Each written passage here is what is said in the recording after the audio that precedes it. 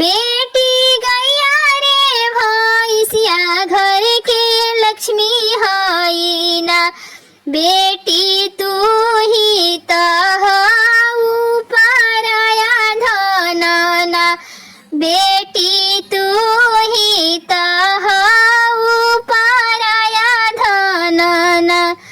पापा भैया के अपन बना लिहलना। पापा भैया के अपन बना लिहलना।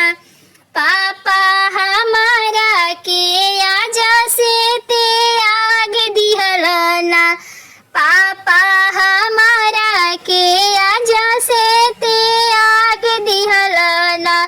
चाचा जुआवा खेलना कवना देशे गइलना। भैया जुआवा खेलना कवना देशे गइलना। भैया जुआवा में के करा के हार अइलना। भैया जुआवा में के करा के हार अइलना। बेटी जुआवा खेलना हम यारा गइनी ना। बहिनी जुआवा खेलना हम यारा गइनी ना। बेटी जुआवा में तोहरा के हार अइनी ना।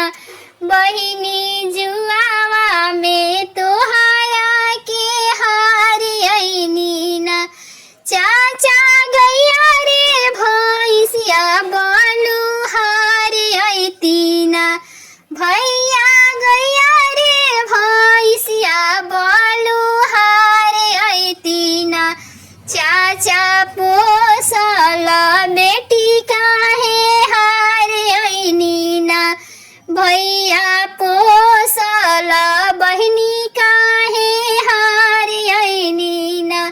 बेटी गैया रे भैसिया घर के लक्ष्मी हई ना। बहिनी गैया रे भैसिया घर के लक्ष्मी हई।